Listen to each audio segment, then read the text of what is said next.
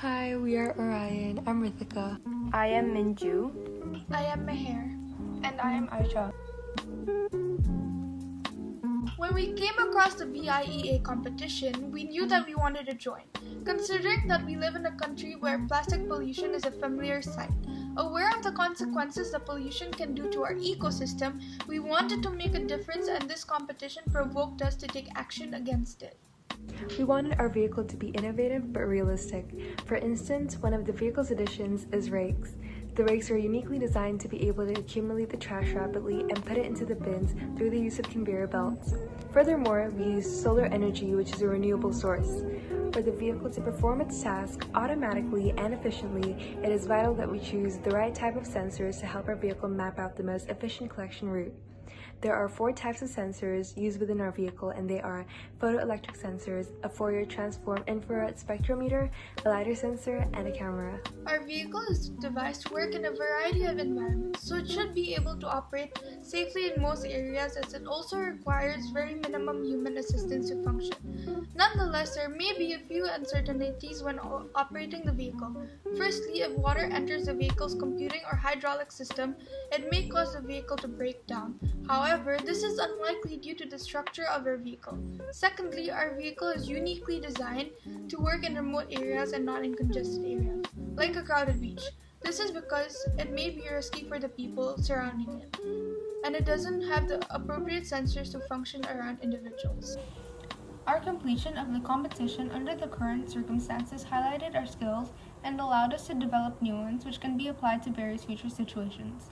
And the most prominent being our communication skills. Communicating was a struggle throughout the process because we could not meet, and this made it more challenging as it was always more difficult to address things without meeting face to face. Often there were also connectivity issues. Each of us had a specific task and responsibility. Every time we faced difficulties, each of our members contributed by giving suggestions. We always had new ideas for the design, so we kept on adding to it, which made it difficult for us to settle on a final design. This meant that we did not have many unsuccessful designs, but we did have so many undeveloped ones. This delayed the completion of the overall project because this meant we all had to change parts of the report every time the design changed, which also delayed us from starting the presentation. We received some help from my dad, who is an engineer. We asked him to check whether our vehicle would work in the environments it was intended for, and assured us that we were on the right track. Even though the situation has not been conducive, we still managed to conduct experiment effectively and gather a set of results that we used to inform our design decisions. However, there were many problems concerning the experiment. We could only get some materials due to the recent condition, and initially the solar panel was not able to power the motor.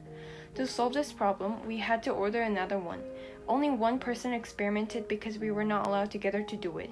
However, all of the other members watched the whole process of the experiment and gave suggestions through the Google Meet. This project has allowed us to be creative and innovative at the same time. We dealt with many challenges that we had not faced before. Since we have online school, we managed our time in a way that allocated most of the work to be done 2 weeks before the submission deadline.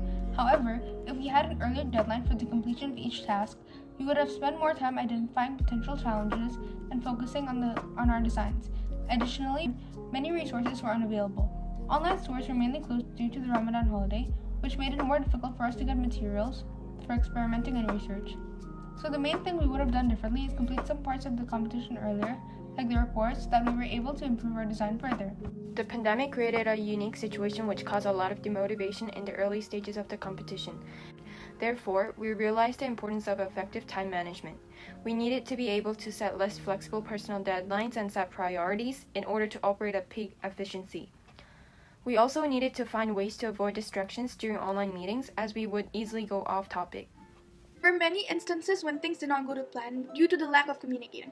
One of the largest issues we faced was producing a design that incorporated all our ideas. Therefore, while drawing a design, there were many times where it had to be changed or redone. However, to solve this dilemma, we had to compromise and prioritize the functionality of the vehicle.